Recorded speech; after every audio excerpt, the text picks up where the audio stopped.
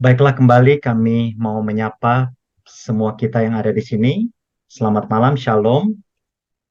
Puji syukur kepada Tuhan karena sudah diberikan kesempatan di tengah kesibukan kita masing-masing, tapi kita masih menyempatkan diri untuk bersekutu bersama, mendoakan satu dengan yang lain, dan juga membahas firman Tuhan.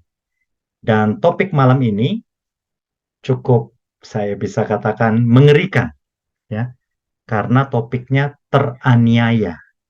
Sebenarnya ini sangat berhubungan dengan apa yang kita pelajari minggu lalu. Minggu lalu kita membahas tentang pembawa damai. Dan saat ini kita membahas tentang teraniaya. Mengapa berhubungan? Karena seperti yang kita pelajari minggu lalu, seyogyanya orang Kristen harus menjadi pembawa damai. Orang Kristen harus suka berdamai. Pengikut Kristus tidak suka berkelahi, berargumen, dan lain-lain. Kita harus berdamai satu dengan yang lain, dan kita juga harus mendamaikan keadaan di sekitar kita. Sayangnya, kedagingan kita seringkali membuat kita untuk jatuh di dalam konflik. Dan inilah yang terus kita pelajari, supaya kita benar-benar menjadi pengikut Kristus yang sejati, supaya kita mau membawa damai ke dunia ini. Tetapi saudara-saudara sekalian, seperti yang kita sudah bahas minggu lalu, walaupun kita membawa damai kepada dunia, tetapi kenyataannya kita atau orang-orang pengikut Kristus selalu dibenci. Ya, Tuhan Yesus katakan bahwa dunia sudah membenci aku terlebih dahulu, maka dunia pasti akan membenci engkau juga. Itulah sebabnya bahkan Raja Damai, Yesus Kristus sendiri, dengan penuh kasih kepada manusia dan kepada sesamanya pada saat ia datang ke dunia ini, tetap toh dibunuh juga. Mengapa? Karena damai yang ditawarkan oleh dunia berbeda dengan damai yang ada dari surga. Saudara-saudara sekalian, kalau kita ingat sedikit flashback dari apa yang kita pelajari minggu lalu, bahkan Rasul Paulus pada saat dia menginjil di kota-kota, berapa kali dia dikatakan sebagai pembuat onar, pengacau, ya. Kenapa? Karena dunia tidak menyukai Tuhan. Dunia tidak menyukai Yesus Kristus, juru selamat dunia itu. Dunia tidak menyukai kebenaran firman Tuhan. Itulah sebabnya, bila mana kita mengumandangkan kebenaran Kristus kepada sekitar kita, maka cepat atau lambat dunia akan merespon akan apa yang kita lakukan, dan responnya itu pasti tidak bagus. Itulah sebabnya kita masuk ke topik malam ini, yang adalah sambungan minggu lalu, yang merupakan bagian dari ucapan berbahagia yang diucapkan oleh Tuhan Yesus khotbah di atas bukit. Matius 5 ayat 10 sampai 12. Minggu lalu kita bahas Matius 5 ayat 9, dan sekarang kita sampai ke Matius 5 ayat 10 sampai 12. Perhatikan. Berbahagialah orang yang dianiaya oleh sebab kebenaran, karena merekalah yang empunya kerajaan sorga.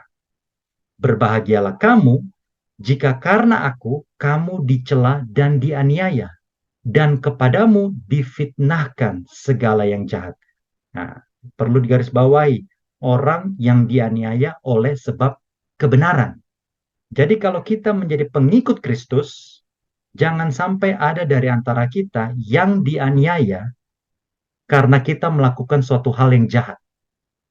Tetapi kalau kita dianiaya dalam bentuk apapun oleh karena kebenaran firman Tuhan, berbahagialah kita karena kita akan mempunyai kerajaan sorga. Ayat 12. Bersukacita dan bergembiralah karena upahmu besar di sorga. Mengapa? Karena demikian juga telah dianiaya nabi-nabi yang sebelum kamu. Saudara-saudara sekalian, saya ingat apa yang dikatakan oleh Arya Permadi, ya, saudara Arya Permadi, ya. Beliau adalah seorang Muslim, tapi dia pernah berkata di sosial medianya, dia bingung sama orang Kristen. Orang Kristen, ya, gereja ditutup, orang Kristen secara moral, secara hak batinnya itu istilahnya dianiaya, ya, tidak boleh beribadah walaupun di rumah sendiri dan lain-lain sebagainya yang ditekan oleh kaum radikal. Tetapi Saudara Arya Permadi bingung, kenapa orang Kristen kok tetap kalem, tetap tenang, ya, tidak membalas, walaupun ada beberapa orang Kristen yang berkata-kata dengan tidak baik di sosial media. Tetapi dikatakan jelas oleh Tuhan Yesus bahwa semua nabi-nabi di dalam Alkitab, dari Kejadian sampai Wahyu, semuanya dalam keadaan teraniaya. Lalu bagaimana dengan kita? Kita akan pelajari lebih dalam. 1 Petrus 2 ayat 18 sampai 25. Di sini dikatakan, "Hai kamu hamba-hamba, tunduklah dengan penuh ketakutan kepada Tuanmu, bukan saja kepada yang baik dan peramah, tetapi juga kepada yang bengis." Nah, ini sengaja saya highlight, ya. Perhatikan kata tunduklah, submit, ya, total submission. Artinya kita benar-benar harus tunduk kepada pemimpin kita. Ya, bukan hanya kepada yang baik, tetapi bahkan juga kepada yang bengis. Ya. Kalau kita baca Alkitab secara keseluruhan, kita tahu ada batasan. Batasannya itu adalah selama tidak melanggar firman Tuhan. Ya, tetapi kalau kita ditekan sedemikian rupa oleh para pemimpin kita, sekalipun pengikut Kristus tidak diajar untuk memberontak, pengikut Kristus tidak diajar untuk berdemo di jalan-jalan, ya, tetapi kita harus tunduk. Dan kalau itu benar-benar menekan keadaan kita, sebagai pengikut Kristus, kita hanya bisa mendoakan pemimpin kita, supaya mereka benar-benar menyadari apa yang mereka lakukan, apakah itu sejalan dengan firman Tuhan atau tidak. Jangan sampai mereka menekan rakyat kecil. Tetapi terlepas dari hal itu, Bapak Ibu Saudara-saudara sekalian, kita harus camkan baik-baik bahwa kita tidak diajar untuk menjadi seorang pemberontak, untuk menjadi garang, untuk tidak mau berdamai, dan lebih parah lagi, untuk melawan dengan anarkis. Itu tidak ada di dalam kamus kekristenan. Ya. Ayat 19 dikatakan, sebab adalah kasih karunia jika seorang karena sadar akan kehendak Tuhan menanggung penderitaan yang tidak harus ia tanggung. Nah, di ayat 19 menariknya Bapak Ibu Saudara-saudara sekalian dikatakan adalah kasih karunia kalau kita menderita suatu penderitaan yang tidak harus kita tanggung. Ini suatu hal yang luar biasa Bapak Ibu. Karena seringkali kita merasa bahwa kasih karunia itu adalah suatu hal yang baik-baik saja. Wah, saya tidak mengecap pendidikan yang sangat tinggi, tetapi saya diterima di perusahaan A, di perusahaan B, saya memiliki posisi yang bagus, dan lain-lain. Semuanya baik-baik saja.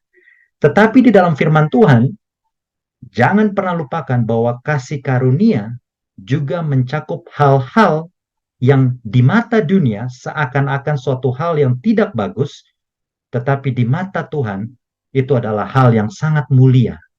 Dan dalam hal ini kita membahas tentang penganiayaan.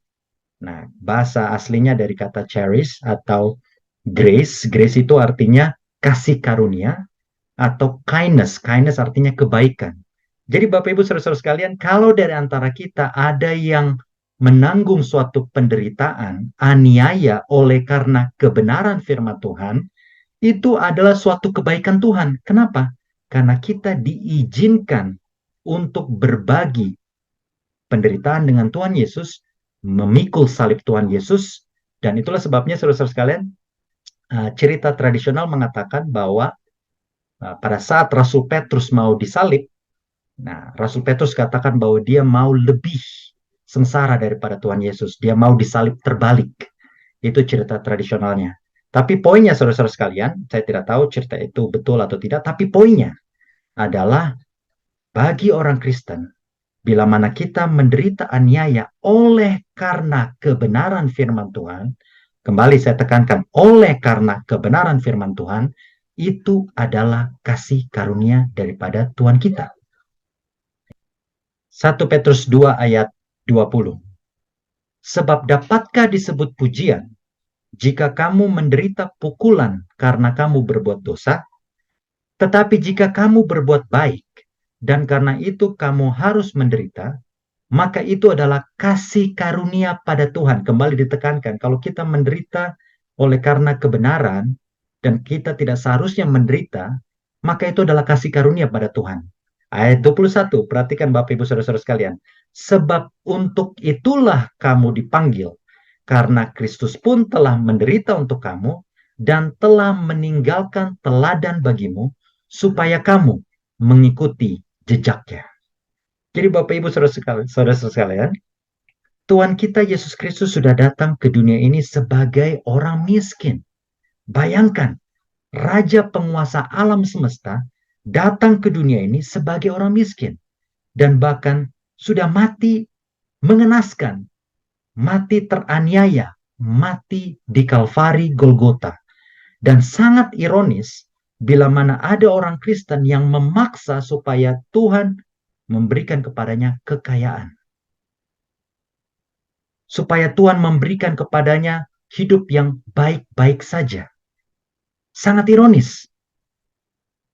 Artinya Bapak Ibu Saudara sekalian, bukan berarti kita harus menjadi miskin. Ya, jangan disalahartikan. Ya, karena sesungguhnya kekayaan itu adalah hak prerogatif daripada Tuhan. Kalau Tuhan mau memberikan kepada seseorang kekayaan, maka berlakulah seperti orang kaya yang baik. Bersedekah, membagi hartanya ya, kepada orang-orang fakir miskin, janda, dan lain-lain. Tetapi jangan sampai ada orang Kristen, pengikut Tuhan, berpikir bahwa bila mana dia menjadi Kristen, dia harus kaya. Nah ini yang kita bahas beberapa minggu lalu. Berarti orang-orang tersebut mengasihi Tuhan tidak dengan murni hati. Ada maunya. Saya mau ikut Tuhan kalau saya diberikan kekayaan. Kalau tidak, saya tidak mau ikut Tuhan. Makanya pernah suatu ketika di salah satu gereja, tidak perlu saya sebutkan di gereja mana, dalam satu hari dibaptislah ada banyak orang di situ, ya, dari agama seberang. Karena dijanjikan oleh pendetanya bahwa mengikut Tuhan akan menjadi kaya, paling tidak akan mendapatkan kerja yang baik. Tetapi setelah 3 bulan tidak mendapatkan pekerjaan, maka ada murtad massal di gereja tersebut. Banyak dari kalangan sekitar, ya saya sebutkan saja di daerah perkampungan Cina Benteng, keluar semuanya dari gereja. Kenapa? Karena tidak mendapatkan pekerjaan. Jadi Bapak Ibu saudara-saudara sekalian, Tuhan kita Yesus Kristus tidak pernah mengucapkan teologi kemakmuran. Bahwasanya kita ikut Tuhan maka kita akan menjadi orang kaya. Sesungguhnya di dalam Alkitab justru dikatakan, kalau kita mau ikut Tuhan, kita harus mengikuti jejaknya. Dan jejak Tuhan Yesus itu tidak main-main. Tidak mudah. Ya. Dikatakan dia tidak berbuat dosa, tipu tidak ada di dalam mulutnya, dia dicaci maki, tidak membalas dengan mencaci maki, dia menderita tapi tidak mengancam, dan terakhirnya, dia menyerahkan segala sesuatunya kepada Bapa yang menghakimi dengan adil. Nah, inilah seharusnya hidup orang Kristen, yaitu kita tidak membalas kejahatan dengan kejahatan, tetapi kita balas dengan kebaikan. Tetapi prakteknya di lapangan Bapak Ibu Saudara-saudara sekalian, bahkan saya sendiri pun banyak belajar. Karena terkadang kedagingan kita memaksa kita untuk membalas balik kejahatan dengan kejahatan. Ya. Tetapi orang Kristen yang sejati, pengikut Tuhan yang sejati, dia tidak akan membalas kejahatan dengan kejahatan, tetapi dia akan menyerahkan kepada Bapa di surga yang akan menghakimi dengan adil. Ia sendiri telah memikul dosa kita di dalam tubuhnya di kayu salib, supaya kita yang telah mati terhadap dosa hidup untuk kebenaran. Oleh bilur-bilurnya kamu telah sembuh. Sebab dahulu kamu sesat seperti domba, tetapi sekarang kamu telah kembali kepada gembala dan pemelihara jiwamu. Kembali Bapak Ibu Saudara-saudara sekalian, Tuhan kita adalah Tuhan yang baik, gembala yang baik. Gembala yang tidak baik akan taruh dombanya di depan, taruh dombanya supaya dalam bahaya. Tetapi Tuhan kita adalah gembala yang baik, yang sudah mencontohkan segala sesuatunya kepada kita untuk kita hidupi.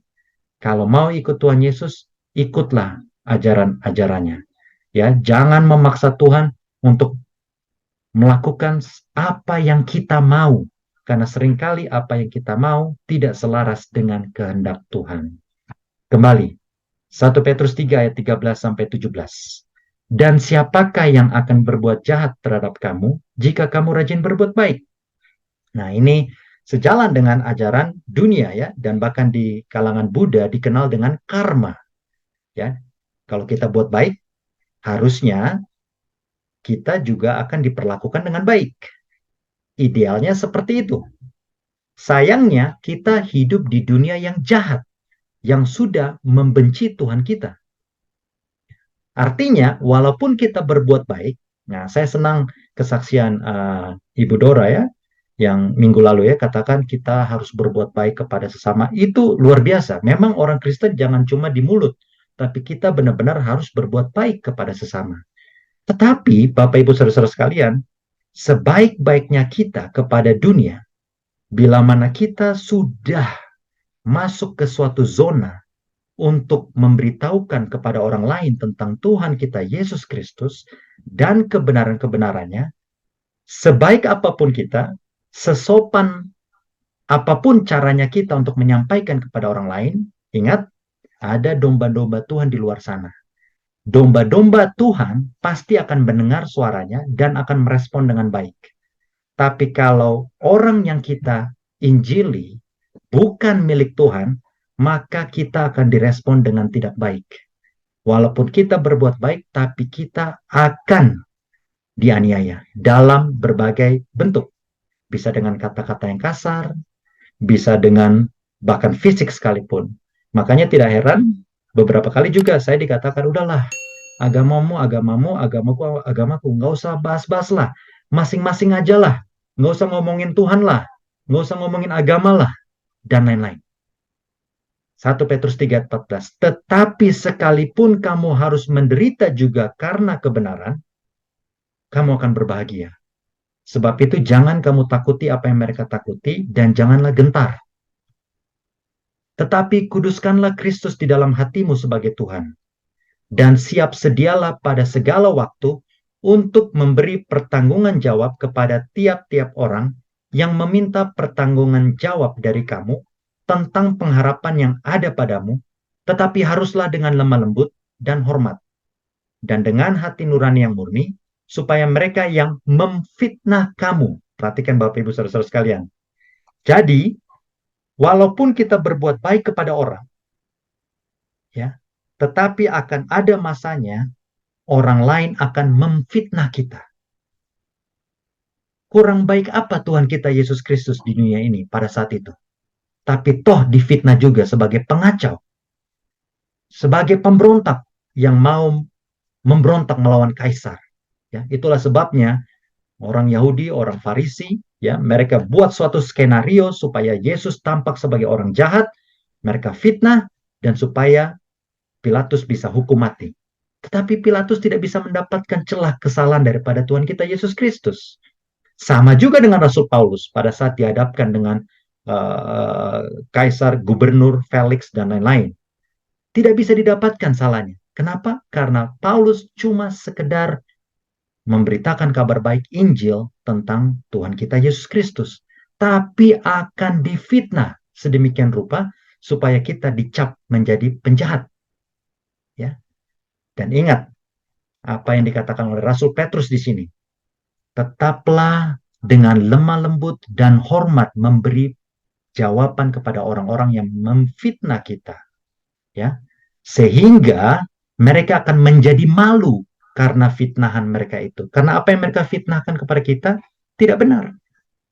Tetapi pastikan bahwa kita hidup benar. Jangan sampai kita hidup salah sehingga apa yang dikatakan oleh orang lain itu adalah suatu kebenaran, yaitu kita berbuat suatu hal yang salah. Tetapi kalau kita hidup benar, hidup mulia, menghormati satu dengan yang lain, ya, hanya sekedar kita membagikan firman, dan bila mana orang memfitnah kita, maka fitnahan itu tidak ada dasar. Dan jangan takut. Nah, banyak sekali orang yang berkata bahwa, oh saya ini bukan pendeta, oh saya ini tidak pintar, oh tidak semua orang mempunyai karunia untuk berkata-kata. Saudara-saudara sekalian, perhatikan baik-baik. Saya tekankan, Tuhan kita Yesus Kristus, Matius 28 ayat 19 dan 20, ya. Kata-kata terakhir sebelum Tuhan kita naik ke atas surga, Tuhan tidak bilang, rasul-rasulku, 12 orang, yang lain tidak termasuk, pergilah ke seluruh dunia, kabarkanlah, beritakanlah Injil. Tidak. Yesus katakan kepada semua orang yang hadir pada saat itu, pada saat dia naik ke atas surga. Dan kita percaya kita semua adalah pengikut Kristus, maka kita pun harus bersikap hal yang sama. Yaitu kita siap menginjil baik atau tidak baik pada waktunya. Dan mungkin ada di antara kita yang berkata bahwa saya tidak punya talenta itu. Perhatikan, Tuhan kita katakan, dekatkanlah diri kepada Tuhan, carilah dia selama dia berkenan, dan ada tertulis, mintalah hikmat daripada surga, dan pada saat kita berkata-kata, maka bukan kita yang berkata-kata, tetapi Roh Kuduslah yang mengajarkan kita untuk berkata-kata sesuai dengan firman Tuhan. Itulah sebabnya tadi saya sangat senang sekali. Hati saya langsung penuh dengan kedamaian pada saat didoakan oleh Bapak Sukrisno. Karena bukan karena pintar saya, bukan karena hikmat saya ini tidak ada arti apa-apa. Tetapi kalau Roh Kudus menaungi hidup saya, maka orang lain akan melihat Kristus hidup di dalam diri saya, dan saya akan berkata-kata sesuai dengan firman Tuhan. Itulah sebabnya dalam kitab Yohanes 14 ya, ayat 26 dikatakan peran Roh Kudus adalah supaya mengingatkan kepada kita segala perkataan Kristus. Ya. Dan tentunya kita tahu ada perikop-perikop lain di dalam kitab Yohanes, supaya kita berkata-kata itu semuanya karena Roh Kuduslah yang mengajarkan, bukan karena kita pintar. Jadi Bapak Ibu Saudara-saudara sekalian, pastikan kita benar-benar hidup dekat dengan Tuhan, sehingga semua yang kita katakan, semua yang kita hidupkan, semuanya itu datang dari surga. Ya. Dan tidak perlu diatur-atur. Galatia 2:20 ya. Aku hidup bukan lagi aku yang hidup, melainkan Kristus yang hidup di dalam aku. Dan orang lain akan melihat, saudara Reinhard ini berbeda.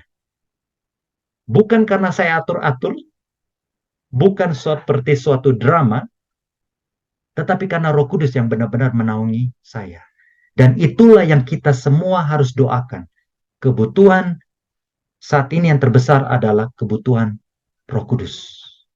Tanpa Roh Kudus, Bapak Ibu Saudara-saudara sekalian, walaupun kita tahu Alkitab dari Kejadian sampai Wahyu itu akan menjadi seperti pepesan kosong. Karena kita tidak akan punya kasih. Karena Roh Kudus itulah yang memampukan kita untuk memiliki kasih dan buah-buah roh. Cuma Roh Kudus yang memampukan kita. Kedagingan kita tidak akan mampu melakukannya. 1 Petrus 3:17, sebab lebih baik menderita karena berbuat baik, jika hal itu dikehendaki Tuhan, daripada menderita karena berbuat jahat. Kembali, kita diajar untuk walaupun harus menderita, tetaplah berbuat baik. Makanya kalau flashback ke kejadian, saya lupa, Baradae, ya, pada saat dia diancam, ya, tembak, ya, Brigadir Yosua, ya kan? Lalu akhirnya dia tembak, lalu dia katakan, oh karena saya terancam. Saudara-saudara sekalian, di dalam kamus kekristenan itu tidak bisa. Lebih baik kita mati karena berbuat baik, daripada kita harus menuruti atasan untuk satu hal yang jahat. Ya. Tetapi hukum dunia tentunya berbeda dengan hukum surga. Ya, tidak ada alasan bagi kita terancam sehingga kita berbuat hal yang jahat. Tidak. Karena kata kuncinya adalah lebih baik kita menderita karena berbuat baik kalau itu dikehendaki oleh Tuhan. Jadi ingat Bapak Ibu Saudara-saudara sekalian, tidak semua memiliki karunia untuk mati sahid. Tidak semua. Ya. Kalau kita tidak memiliki itu, maka Tuhan tidak akan memberikan hal itu. Makanya 1 Korintus 10 ayat 13 mengatakan bahwa tidak ada pencobaan yang diberikan melebihi kuat kita. Ya, tidak ada pencobaan yang diberikan melebihi kuat kita.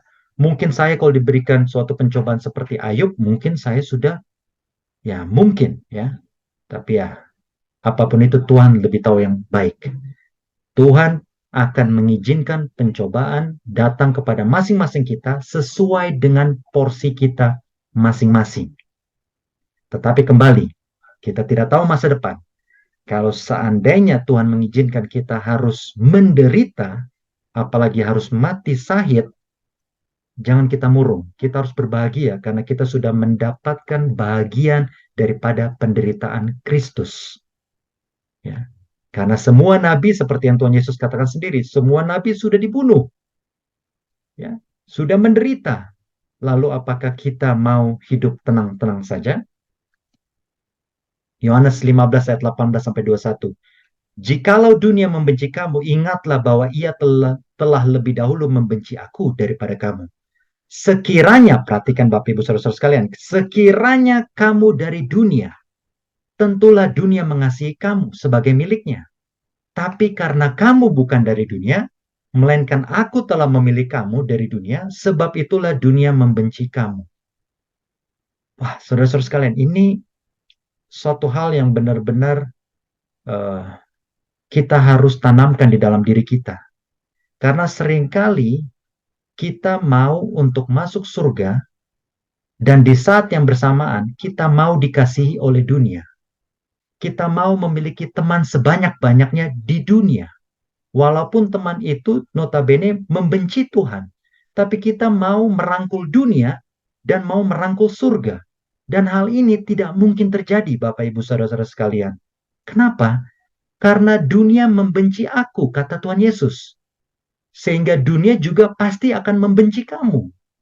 Kalau kita adalah milik dunia, pasti dunia akan mengasihi kita.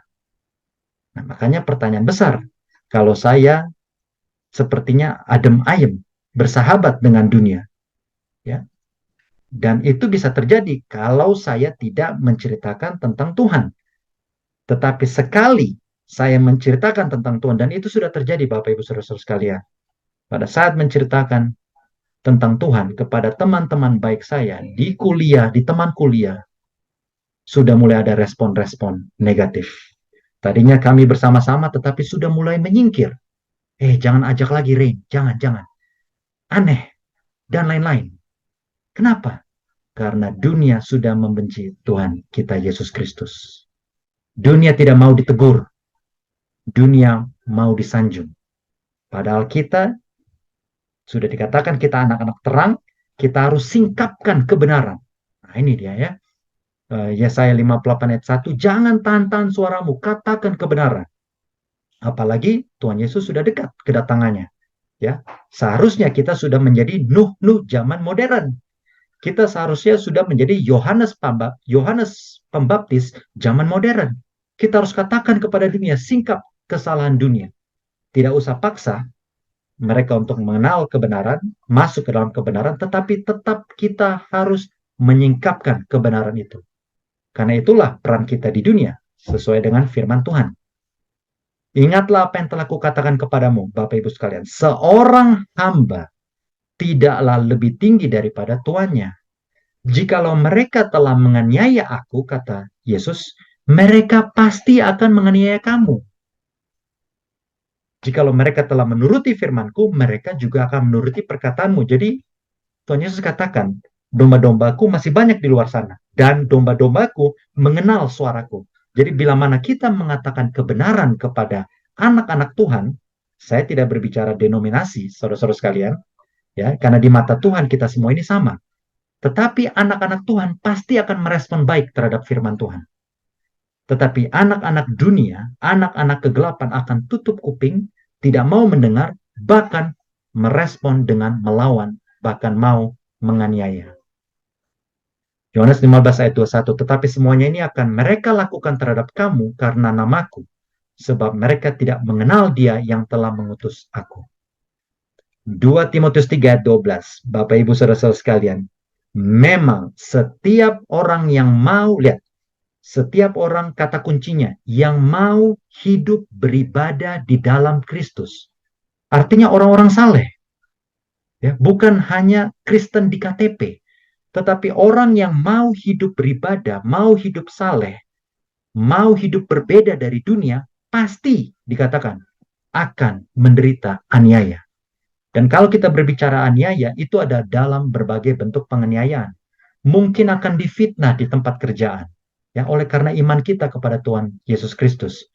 Mungkin akan ditolak oleh keluarga, ya kan? Dibuang oleh keluarga. Oh, kamu sudah aneh, kamu masuk Kristen. Oh, kamu mau mengikuti Yesus, siapa Yesus itu, dan lain-lain. Akan dibuang oleh keluarga, ya.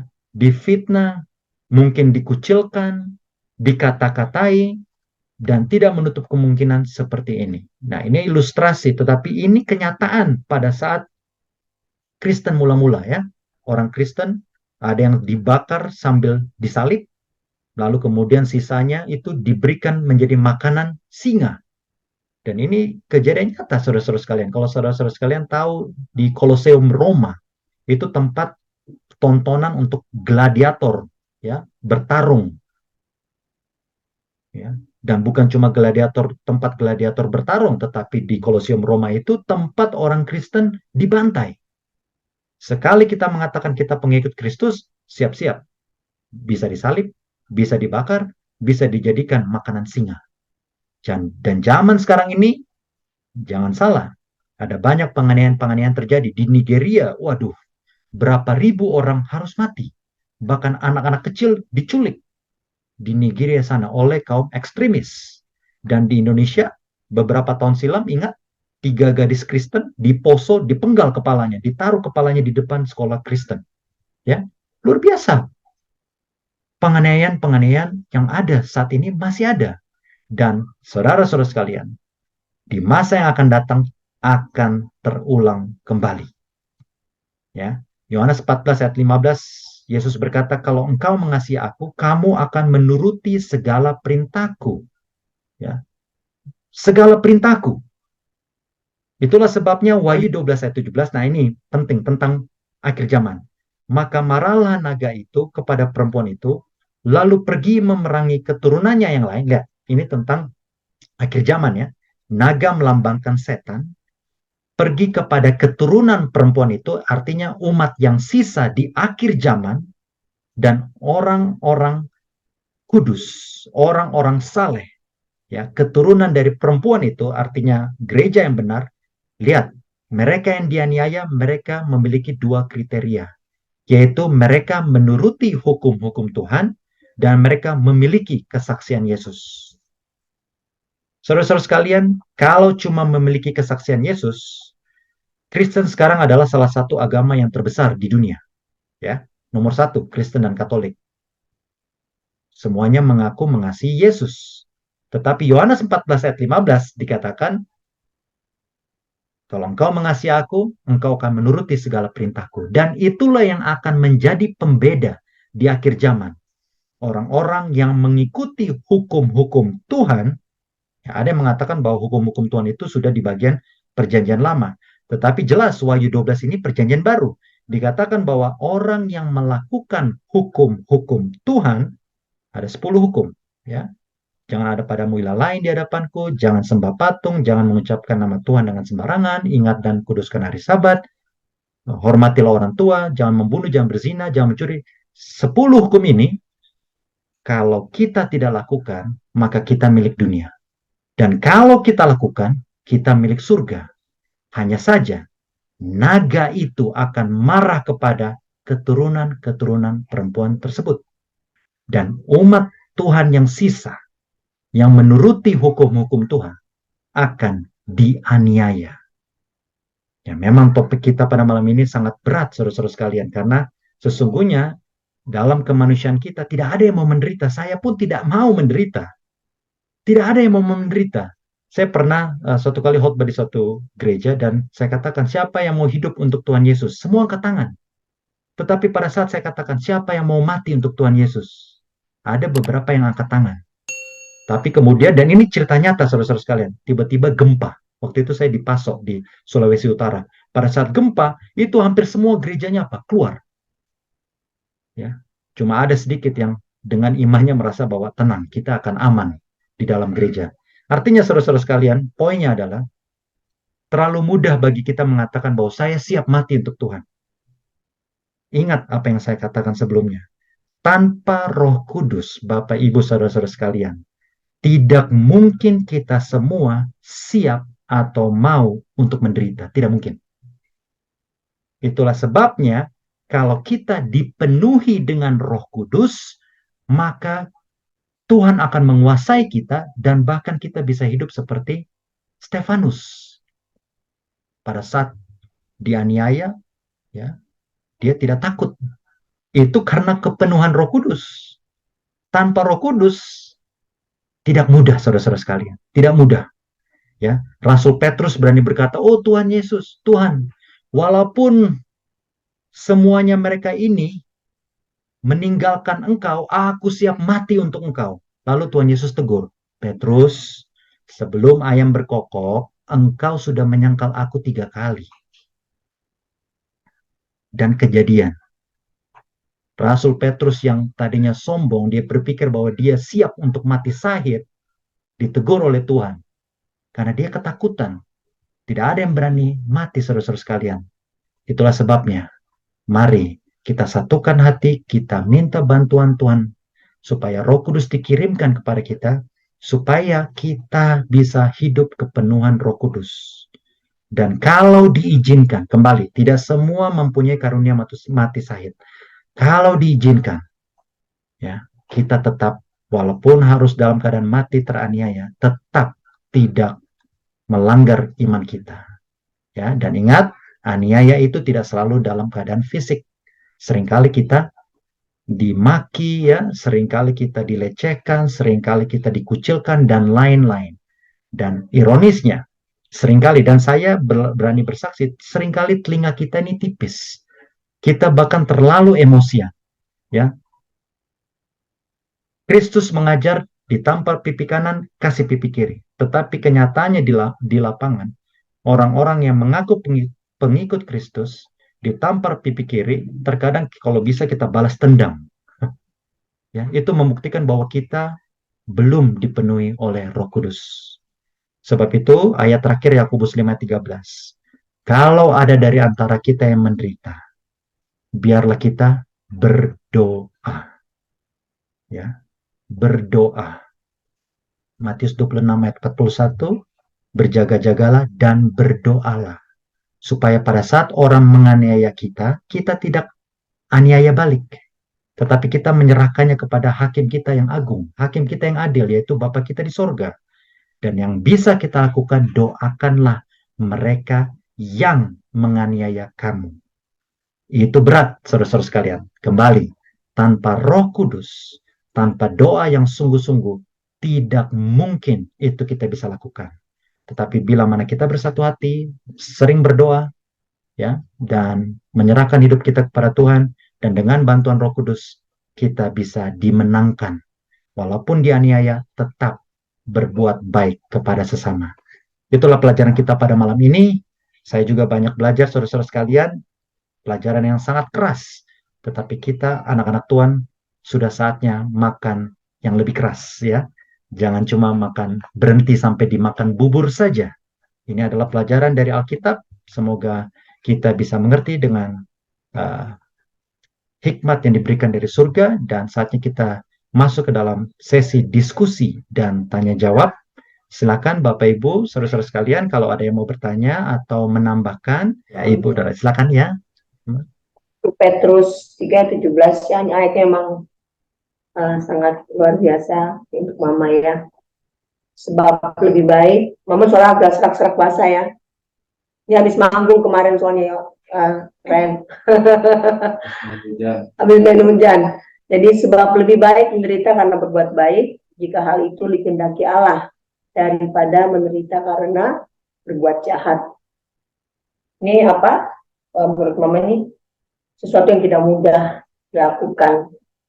Memang benar. ya, dalam pergaulan, dalam kehidupan sehari-hari. Kadang kita berbuat baik sama orang, belum tentu orang tersebut menerima apa yang kita berikan buat mereka. Kan kebaikan kita tidak selamanya orang bisa menerima dengan baik, ya kan? Maksud kita baik, kita punya maksud baik untuk mereka, tapi mereka tidak menerima apa yang kita lakukan. Ada seperti itu.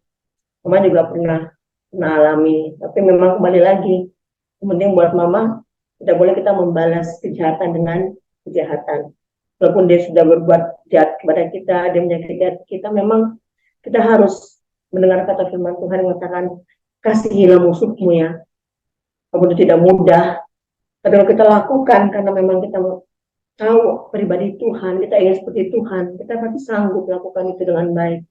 Dengan cara kita memohon pertolongan dari Tuhan dengan doa.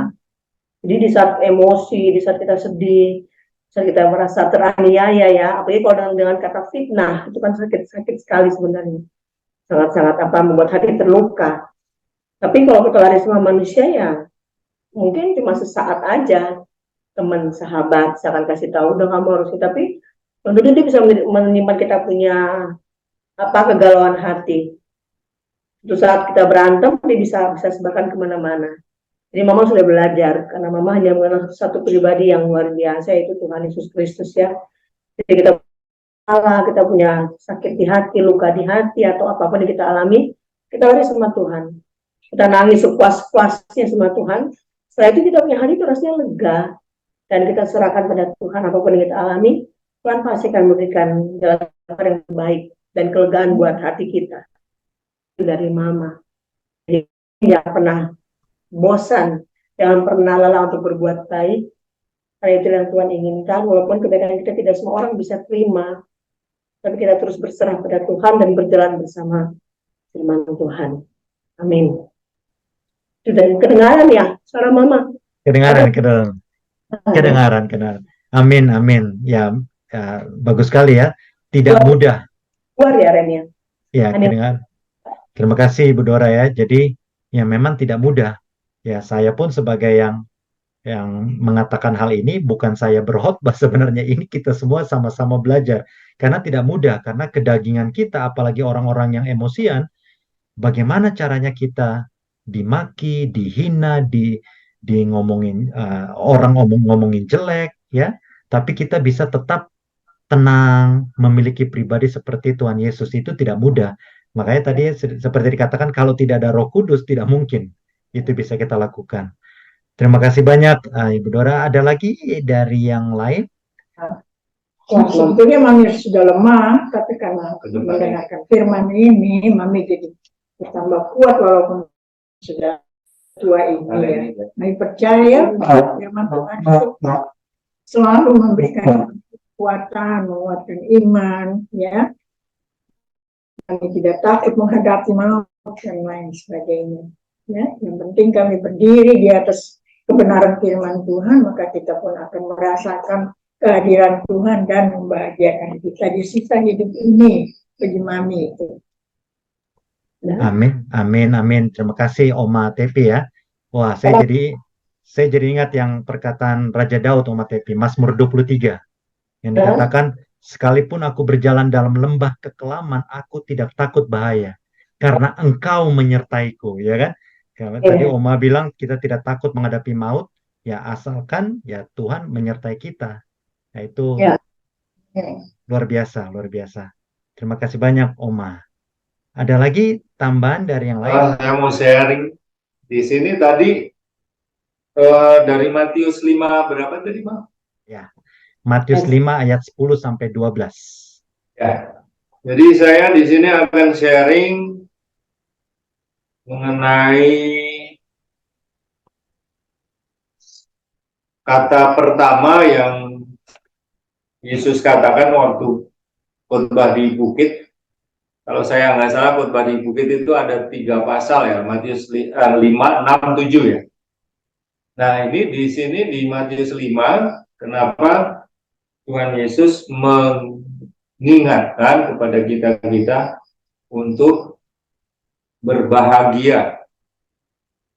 Jadi yang saya ambil di sini adalah kalimat pertama dari Tuhan Yesus, berbahagialah orang Nah, kenapa Yesus menekankan berbahagialah itu karena menurut saya bahagia itu adalah kata sifat, kalau nggak salah, kata keadaan ya.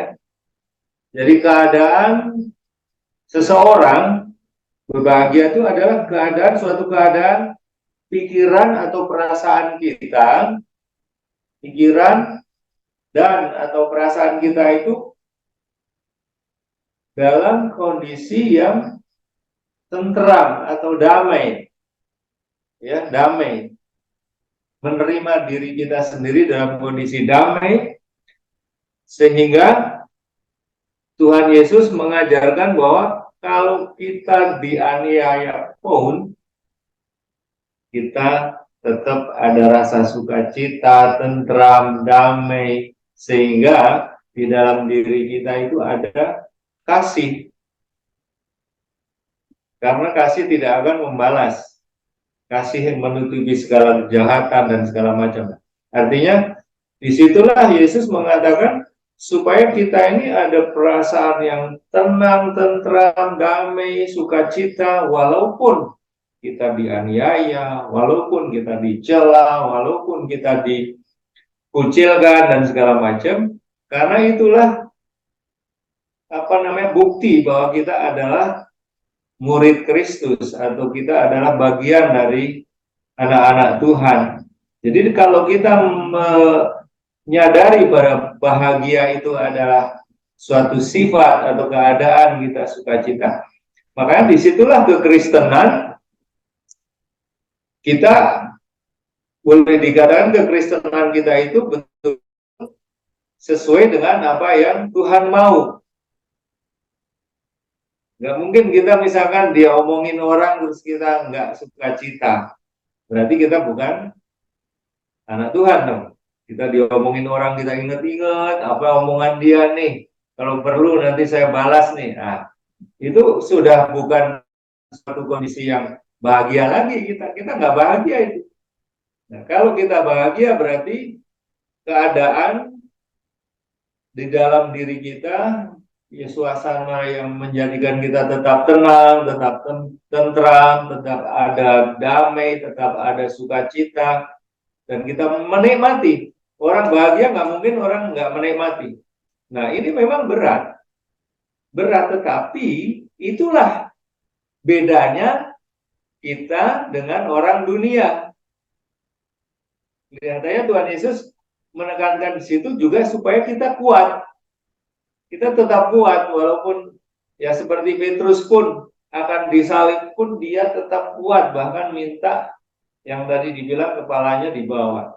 Stefanus waktu dirajam batu dia tetap sukacita, bahagia, dia tetap kuat karena dia tahu kita ini bukan orang yang berasal dari dunia, dan kerajaan Tuhan pun bukan kerajaan dunia ini, kerajaan yang tidak berkesudahan, kerajaan kekal. Nah, itu yang akan kita dapatkan. Oleh karena itu dengan dengan merenungkan apa yang Tuhan Yesus katakan, kita akan tetap kuat. Kalau nanti Yesus katakan di selanjutnya ditampar pipi kanan, kasih pipi kiri dan segala macamnya itu, nah artinya di situ Tuhan mengingatkan kepada kita tetap dalam kondisi yang penuh dengan kedamaian, ketentraman, walaupun kita dianiaya, walaupun kita mungkin ditolak di mana-mana, mungkin di dalam pekerjaan kita juga dikucilkan, di sekolah mungkin kita dibully dan segala macam, karena Tuhan. Dengan kita menyadari bahwa bahagia ini adalah sifat, kata sifat, maksudnya kondisi keadaan di dalam pikiran dan perasaan kita yang harus kita nikmati, maka kita akan menjadi kuat sebagai orang Kristen. Kita akan mampu untuk memikul salib di mana kita berada. Itu yang saya sharing. Amin, amin. Terima kasih banyak Bapak Sukrisno ya. Itu luar biasa ya, itu ilmu surga. Ya, bagaimana kita tetap bahasa aslinya makarios, keadaan berbahagia, keadaan damai, keadaan tenang. Ya, itulah makanya Ya, bukan suatu kebetulan buah-buah roh buah roh yang terakhir adalah dikatakan pengendalian diri, ya kan? Jadi walaupun difitnah, dijelekkan, dikucilkan, dicaci maki dan lain-lainnya, tadi sudah dikatakan bagaimana kita tetap tenang. Dan tadi dikatakan juga Tuhan Yesus menyerahkan segala sesuatunya kepada Bapa di surga yang akan menghakimi dengan adil. Dan juga dikatakan juga ada ayatnya mengatakan bahwa pembalasan adalah hakku, hak Tuhan. Jadi jangan sampai ada dari antara kita yang ya terpengaruh oleh emosi. Walaupun kenyataannya di lapangan sangat susah. Tadi kita semua sudah akui sangat susah. Tapi ya kita membutuhkan Roh Kudus ya. Jangan sampai kita menjadikan itu suatu alasan bagi kita untuk tidak mau mengendalikan diri, ya, tidak mau dianiaya. Kalau bisa kita balas aniaya, jangan ya. Kita anak-anak Tuhan, anak-anak terang, ya sudah dikatakan tadi berapa kali kita harus bisa mengandalkan diri, tetap tenang, damai walaupun dunia membenci kita. Dan kata kuncinya adalah Tuhan kita Yesus Kristus sudah dibenci bahkan sudah dibunuh. Apa yang kita harapkan? Apakah kita mau dikasih oleh dunia? Ya tidak bisa. Karena sudah dicatat dalam Alkitab bahwa kalau dunia mengasihi kita, ya berarti kita milik dunia. Tapi kita bukan bagian dari dunia. Maka cepat atau lambat kita pasti akan dibenci oleh dunia. Terima kasih banyak atas masukan-masukannya, tambahan-tambahannya yang sangat menguatkan kita satu dengan yang lain ya. Baiklah, ada lagi kira-kira sebelum kita tutup? Baiklah, kalau sudah tidak ada tambahan atau pertanyaan, baiklah kita akan tutup dengan doa. Kembali ya Bapak Ibu Saudara-saudara sekalian, uh, pelajaran malam ini termasuk makanan keras. Saya secara pribadi akuin makanan keras karena saya berulang-ulang kali gagal dalam hal ini.